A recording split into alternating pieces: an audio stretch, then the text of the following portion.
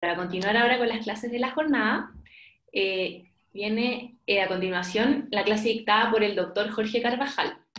El doctor Carvajal realizó su pregrado en la Pontificia Universidad Católica de Chile, donde también se especializó en obstetricia y ginecología y se doctoró en ciencias médicas. Además realizó investigación en medicina perinatal en la Universidad de Maryland, Estados Unidos. Actualmente es profesor titular y jefe del Departamento de Obstetricia de la Universidad Católica. Dejo con ustedes ahora al doctor Jorge Carvajal, que nos presentará la clase de estrategias de diagnóstico y manejo de diabetes en embarazo. Doctor Gracias, Carvajal. Paula. Nada. Espero que se esté escuchando todo perfecto, así que vamos a compartir nuestra presentación para partir con esta actividad. En primer lugar, le agradezco la invitación y la iniciativa a desarrollar esta jornada. Y vamos a hacer una clase que es breve, porque la verdad que más que hacer una gran y detallada descripción del tema, me gustaría que aprendan, aunque sean pocas cosas, pero bien aprendidas. En esta diapositiva se ilustran los dos extremos de la diabetes.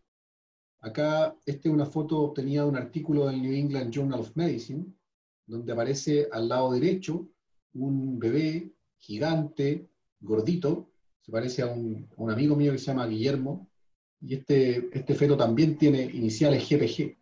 Y al lado izquierdo aparece un bebé flaquito que falleció, un prematuro extremo, y ilustra, como les decía, dos extremos. El bebé de la derecha e hijo de una madre diabética gestacional, donde el principal problema de la diabetes gestacional es el sobrepeso, un niño grande, lo que se llama macrosomía fetal, y en el lado izquierdo una de las complicaciones propias de la preeclampsia, o sea, de la diabetes pregestacional, que es una preeclampsia severa que llevó a ese niño prematuro que finalmente fallece. Cuando hablamos de diabetes y embarazo, estamos pensando en dos situaciones clínicas.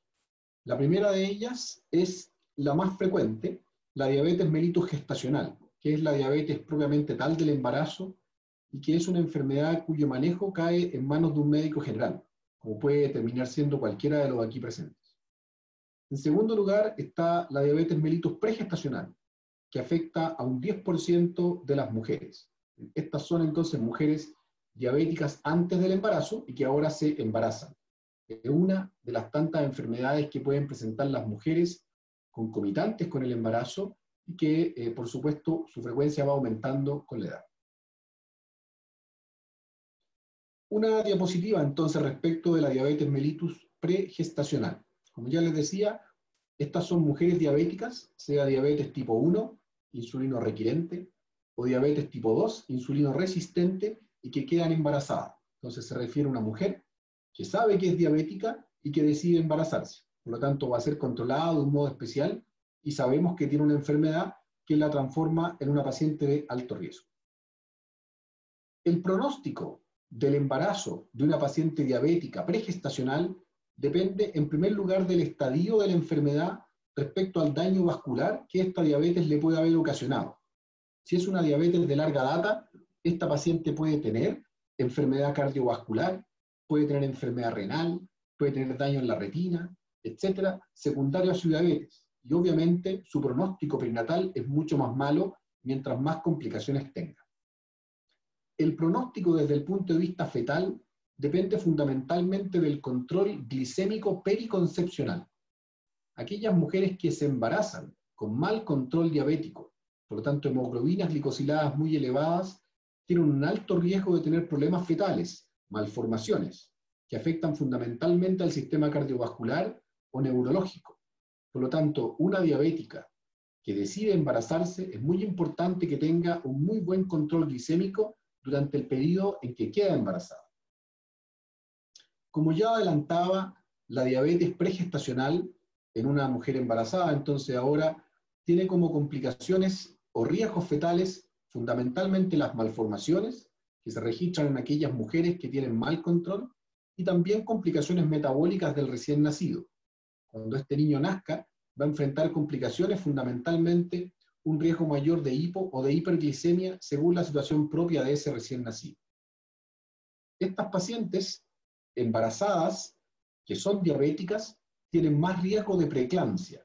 el riesgo de preeclampsia en la población de mujeres diabéticas pregestacionales puede alcanzar hasta un 20 o 30%. El riesgo en la población normal es del orden del 3%. Y por supuesto, estas mujeres diabéticas que se embarazan tienen las complicaciones metabólicas propias de la diabetes. Muy probablemente con este tema de la diabetes ustedes son bastante familiares, de algo que han aprendido en medicina interna, solo que ahora esta paciente, además de ser diabética, está embarazada. El foco principal de esta clase tiene que ver con esta enfermedad que se llama diabetes mellitus gestacional. La diabetes mellitus gestacional es una enfermedad propia del embarazo y su definición de libro corresponde a una intolerancia a los hidratos de carbono que se desarrolla o se diagnostica por primera vez durante el embarazo. Con esa definición en mente, se entiende que van a ser diabetes mellitus gestacional mujeres que genuinamente desarrollan esta intolerancia a los hidratos de carbono durante el embarazo, pero también va a estar incluido un pequeño grupito de mujeres diabéticas tipo 2 probablemente, que no tenían diagnóstico, sino que recién se diagnostican durante el embarazo. Como vamos a ver en un esquema en la diapositiva siguientes, se ha hecho un esfuerzo para tratar de diferenciar estas diabetes pregestacionales no diagnosticadas.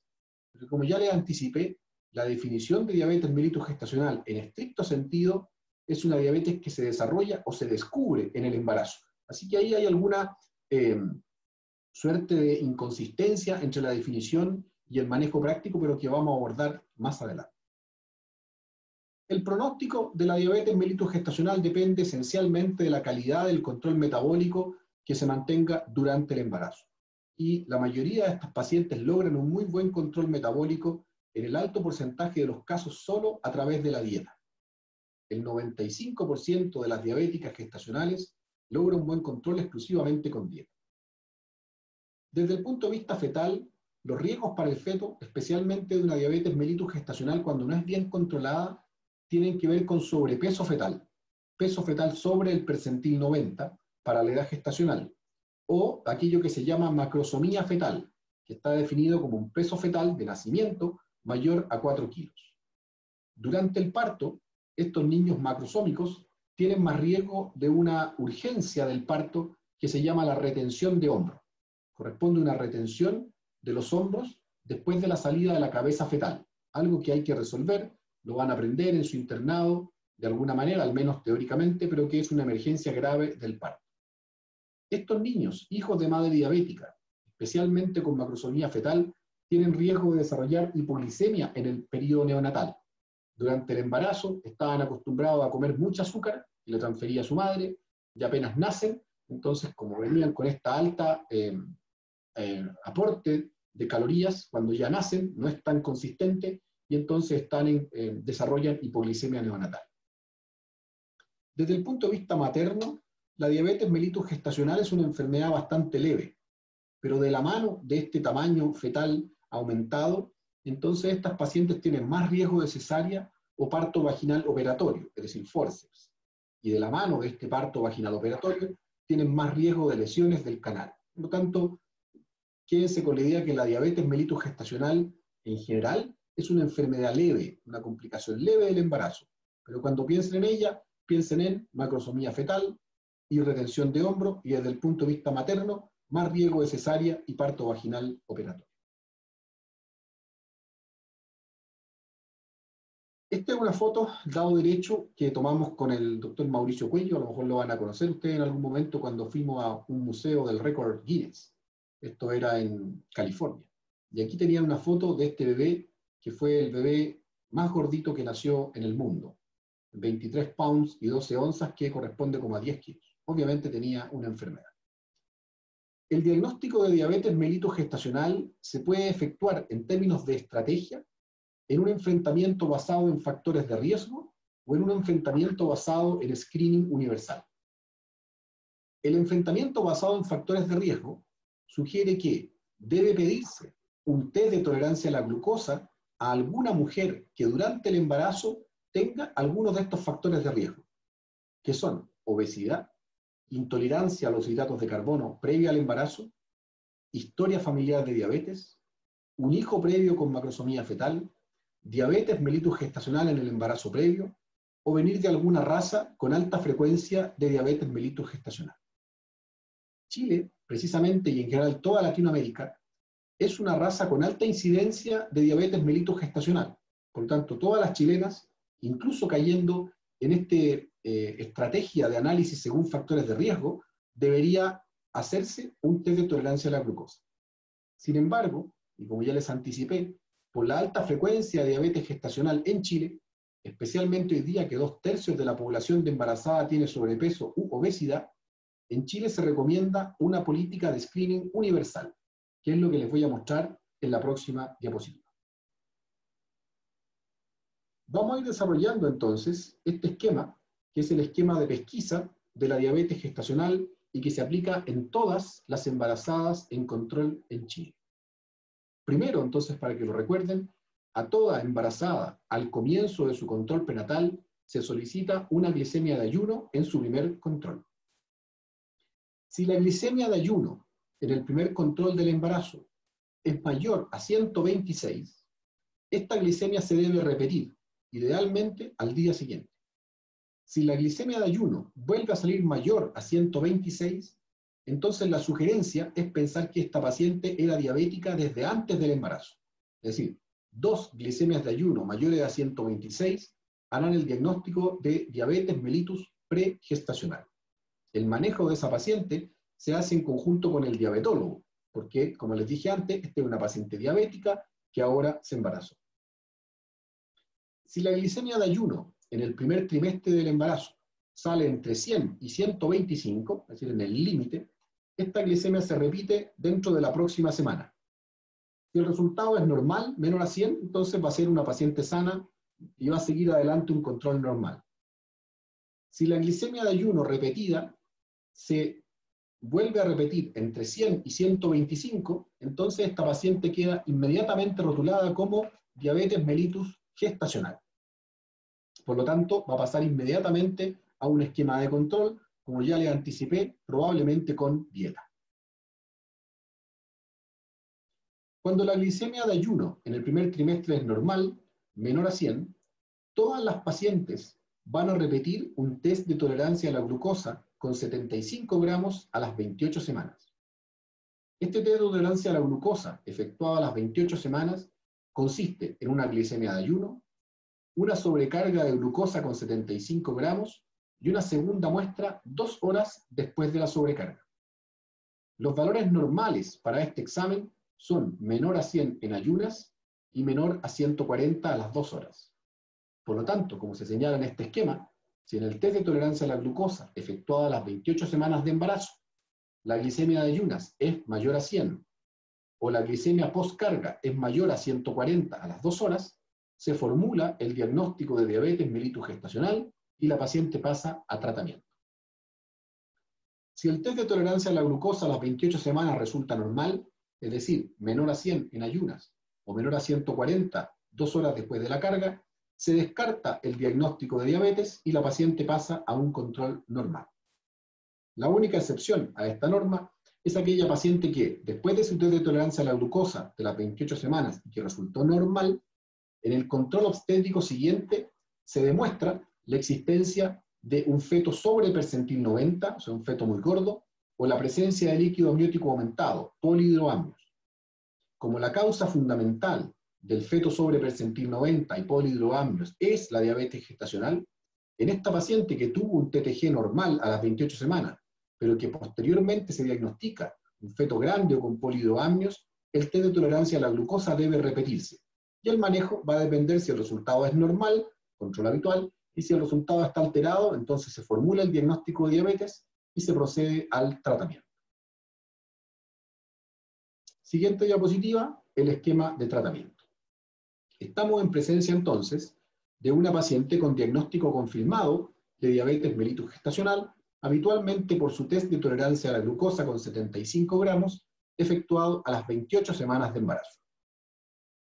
Si el resultado del TTG en la prueba postcarga es mayor a 200 miligramos por decilitro, lo cual es raro, pero existe, muy probablemente esa paciente no va a responder al tratamiento solo con dieta.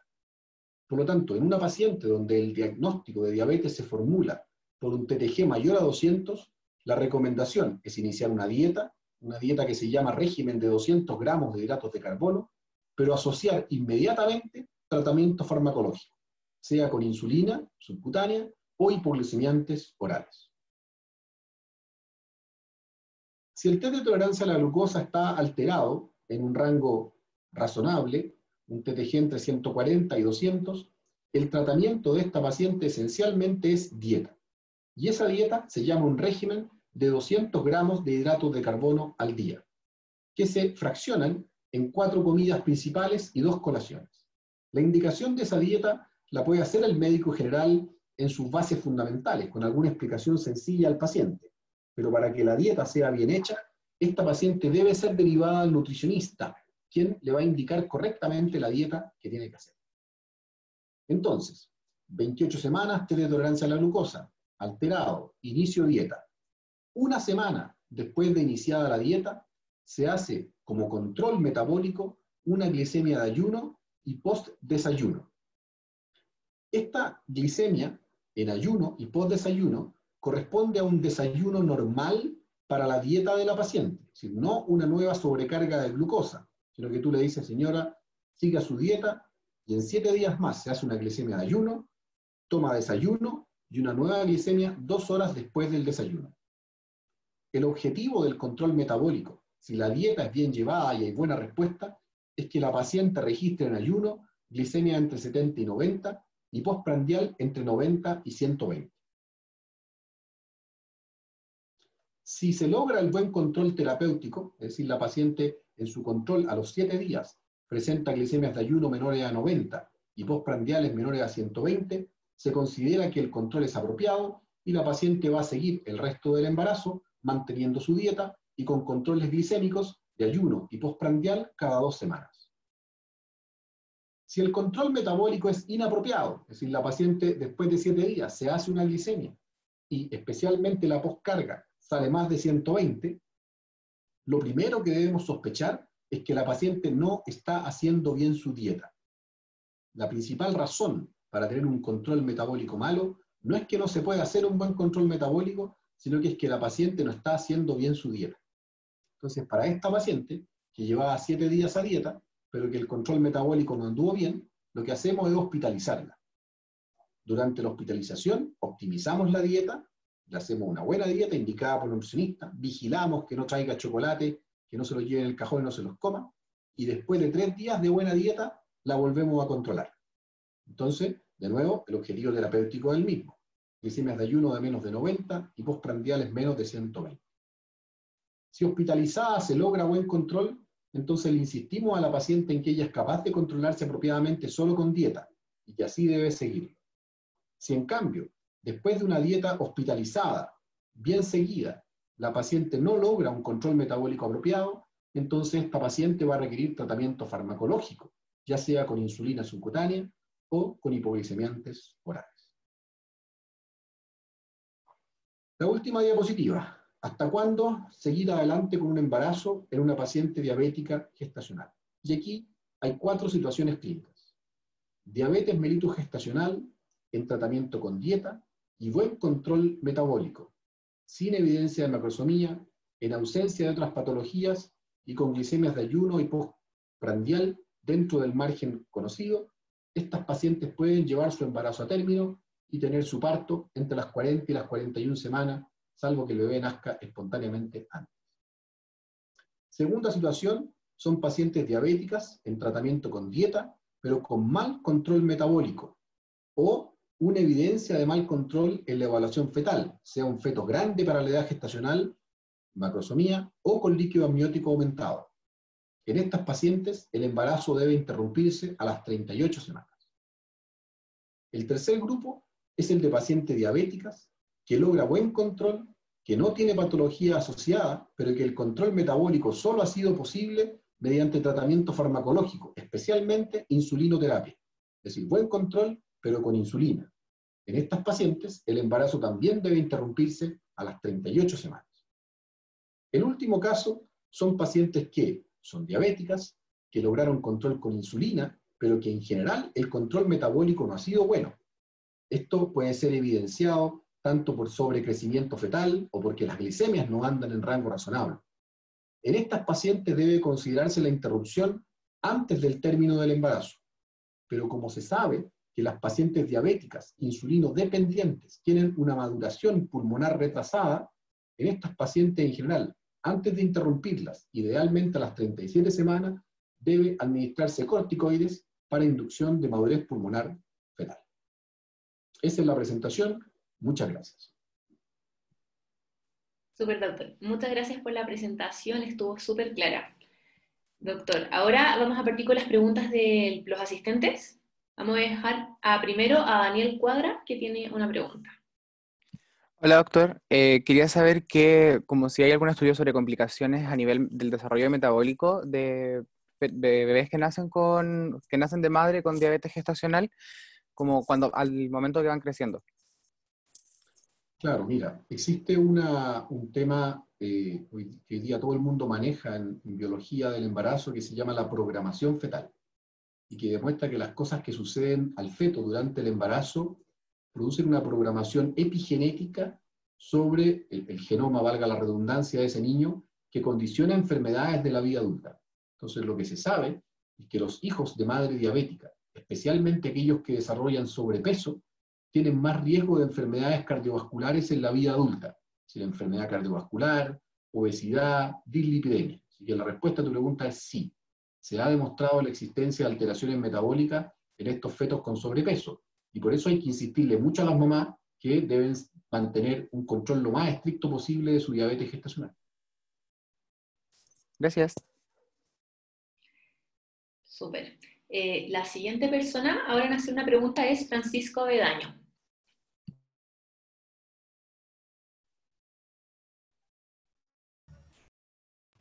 Hola, ¿se escucha? Perfecto. Ya.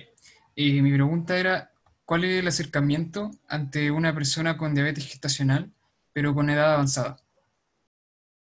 Mira, no es distinto que una paciente joven, porque lo que sí sabemos epidemiológicamente es que en Chile cada vez las mujeres han ido retardando más su embarazo, de modo tal que cada vez vemos más mujeres embarazadas de 35 y más años. Esas mujeres, entre otras muchas cosas que tienen de riesgo mayor, tienen más riesgo de desarrollar diabetes mellitus gestacional.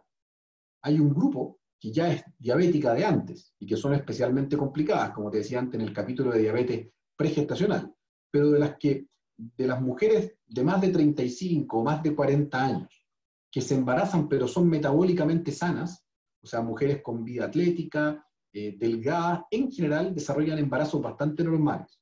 Así que probablemente en este tema es más riesgosa la obesidad como condición pregestacional que la edad avanzada. Así que la respuesta específica a tu pregunta es que no hacemos diferencia por la edad del paciente en el manejo de la diabetes mellitus gestacional. Muchas gracias. Bien. La siguiente pregunta la va a realizar Paula Llanos. Hola doctor, le tengo una pregunta sobre hipoglicemiantes orales. En APS lo que se realiza actualmente es que si la paciente es diabética previa y usa metformina, se mantiene la metformina, pero posterior a eso, si es que se diagnostica por primera vez en el embarazo, al menos el manejo que tengo entendido que se hace actualmente es que es o con insulina o con dieta, no se inicia ningún hipoglicemiante más, y esa duda también está relacionada porque en el apunte del manual que tienen ustedes nombran también la glibenclamida, y también porque la glibenclamida tiene más riesgo de hipoglicemia. Entonces me gustaría saber más o menos cómo es el manejo que se tiene que hacer. Mira, esta es una información relativamente nueva y tú sabes que cuesta mucho que las personas se acostumbren a novedades. Pero lo clásico fue que si una paciente no tenía buen control de su diabetes gestacional solo con dieta, el siguiente paso necesariamente era insulina. Sin embargo, hoy día hay información de muy buena calidad, incluso una revisión sistemática de la base de datos Cochrane, que demuestra que el uso de la metformina durante el embarazo es seguro y reduce significativamente las complicaciones de la diabetes gestacional en igual nivel que la insulina. De modo que la evidencia hoy día demuestra que uno puede usar con toda tranquilidad metformina o insulina, pero obviamente la metformina es más barata, es más fácil de usar, requiere menos enseñanza a la paciente y tiene menos complicaciones. Así que probablemente hoy día, frente al fracaso de la dieta, el mejor tratamiento es la metformina. Desde el punto de vista teórico, la glibenclamida es un medicamento seguro porque no cruza la placenta y por lo tanto no hay riesgo de afección al feto. Sabemos que la glibenclamida es una droga de alto riesgo de hipoglicemia, sobre todo en gente adulta y diabéticos insulino requirentes. Pero no es lo mismo que los insulinos resistentes, como las diabéticas tipo 2 o en este caso la diabetes gestacional. Así que probablemente la glibenclamida es un medicamento bastante más seguro para usar en la embarazada que en el resto de la población. Sin embargo, la experiencia con su uso y la calidad de evidencia es bastante limitada. De modo que muy probablemente hoy día nosotros debiéramos decir que la primera línea para el fracaso de la dieta es la metformina y en segundo lugar la insulina. Perfecto. Y doctor, la última pregunta es de Paulina Velázquez. Hola, yo quería consultar sobre qué recomiendan respecto al seguimiento posparto de las pacientes que cursaron con diabetes gestacional. Mira, solamente un grupo muy pequeño de diabéticas gestacionales sigue diabética después del embarazo. Ese porcentaje del orden del 5%. Por lo tanto, lo que se hace una vez que la paciente es diabética gestacional, tratamiento solo con dieta o incluso con drogas, lo que corresponda, una vez que tiene el parto, desde el día siguiente del parto, la paciente queda con dieta normal. Se acaba la restricción de los hidratos de carbono. Y a los 40 días postparto, cuando ya todo el influjo de las hormonas propias del embarazo se pasó, se repite un test de tolerancia a la glucosa para demostrar que esta enfermedad fue transitoria y se mejoró. Como te decía antes, solamente un 5% de mujeres va a seguir con su TTG alterado a los 40 días postparto. Probablemente esa paciente corresponde al subgrupo que era diabética, pero no estaba diagnosticada. O sea, era ese grupito pequeño que nadie supo que era diabética, que se embarazó y que debutó como una diabética gestacional, pero que en realidad era pre. Lo otro importante es más bien a largo plazo, porque al menos la mitad de las mujeres que desarrollan diabetes gestacional se van a poner diabéticas después de los 60 años. Entonces a estas mujeres, más que seguirlas, les hacemos una buena recomendación. Les decimos, mire señora, usted tiene un riesgo alto, la mitad, de transformarse en diabética cuando sea viejita, después de los 60, como el doctor Poblete, que viene a continuación a hacer clase. A usted, señora, entonces, cuando lo que le conviene después de este embarazo es mantener vida saludable, estilo de vida activa y cuidarse, porque esa es la única medida de prevención razonable para que no se ponga diabética más adelante. Ok, muchas gracias. Perfecto, doctor. Nuevamente, muchas gracias por su clase y por todo el aporte acá a la jornada.